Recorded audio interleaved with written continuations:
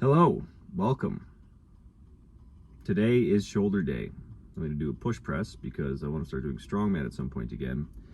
And push pressing, I heard it in one of Martine's videos. He uses like a basic movement. So the ability to generate power in your lower body, translate through your spine into the upper body, into the load, is like a basic skill in strongman. So I'm going to start really prioritizing push pressing. We'll see if a neutral press or a barbell press feels better.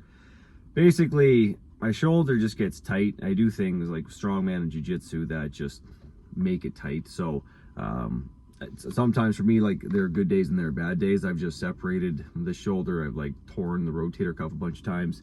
So with a bunch of injuries like that, you just don't have as much tolerance, or like you just have scar tissue, or shit just fucks with the shoulder. For like this shoulder, fine, it's great, it has its weaknesses, but it's pretty good. It's just this one that when you're 14 and you destroy it, and then you keep hurting it over and over and over again, and then by the time you have the knowledge and the smarts to actually fix it, you realize, oh fuck, I should have been doing this for like a decade or like 15 years. So we've done some cool stuff with my shoulder. Like, I've been able to do like an overhead of like 240. I've been able to do like a 215 log. So not like weak, but it's just like to get to the point in a competition where I'm not losing points on overhead, because that's where I always fucking die. Or like the one year I won a competition, I got like first in 4 events, I got second in 1 event, and I got fucking dead last in overhead. So the points are super close, or not super, but they're close going into the last event because I had fucked up the overhead, right? So I just need my overhead to not suck, get a little stronger, but that takes a lot of time. So the mantra, the focus, the goal today is just fucking take your time. Like, just don't try and rush into it. Before, it sucked because you're like almost there on something and you push and you push and you push, and then it ends up you get hurt or something like that. Or it just like you can't maintain that volume, or like a little like thing that starts to, let's say tendonitis or tendinopathy, like starts to kick in. You're just like, you have to deal with it or else it gets worse, right? So if you keep pushing it, then it ends up just being more you have to deal with. So sometimes if you want things too badly and you want them too quickly, that's how you actually end up hurting yourself, more so than if you just mentally gave yourself double or triple the time to get there, right? A lot of times you want to think, do I want to be able to do it once, or do I want to be able to do it a lot of times? So for me, I just wanted to win a couple times. Like, I really, really wanted to. So I did. And then I realized that to continue or to get to the upper echelon, there's a lot of things I needed to fix if I wanted to go from hometown local hero fucking good at shit to like actually being able to perform on like the national stage. So basically, we gotta take our sweet ass time with overhead. I have to get like a lot of mobility aspects for me to be able to do the volume, to then get the strength through the repetition that I require. So that's the goal. Take your time, go easy. All right, let's get in there. All right, so let's talk about what I'm doing.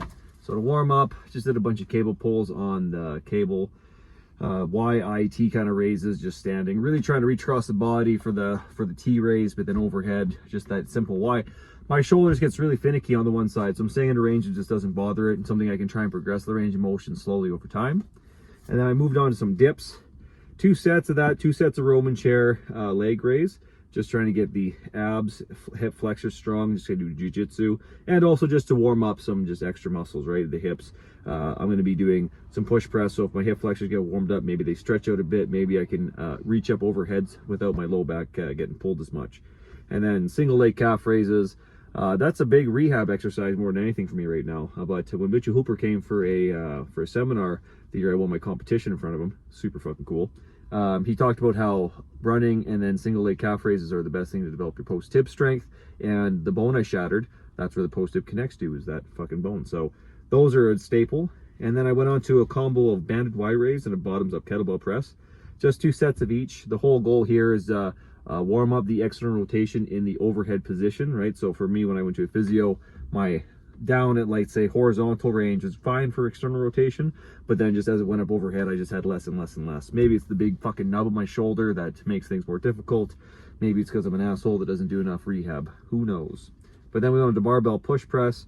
First time doing this, I'm just trying to get good at the fucking motion. I can instantly feel this in my foot trying to dip and then drive overhead. So we are not going to be loading this up below really 8 reps for quite a while. And then after that, it was just tricep extension machine and lateral raise machine. A couple sets of 32 on the tricep, 3 on the lateral raise. I might go back in there quick and bust out some rear delts specifically again, just because I think it's important to really hammer those out with the amount of just beating my shoulders take on the anterior. Not so much lateral, but that's why I need that rear delt to be nice and strong as I keep pulling from there. Now I got club. We're gonna do a special question of the day, see what everybody answers with, and hopefully you might get a few laughs. Until next time, I am Ian.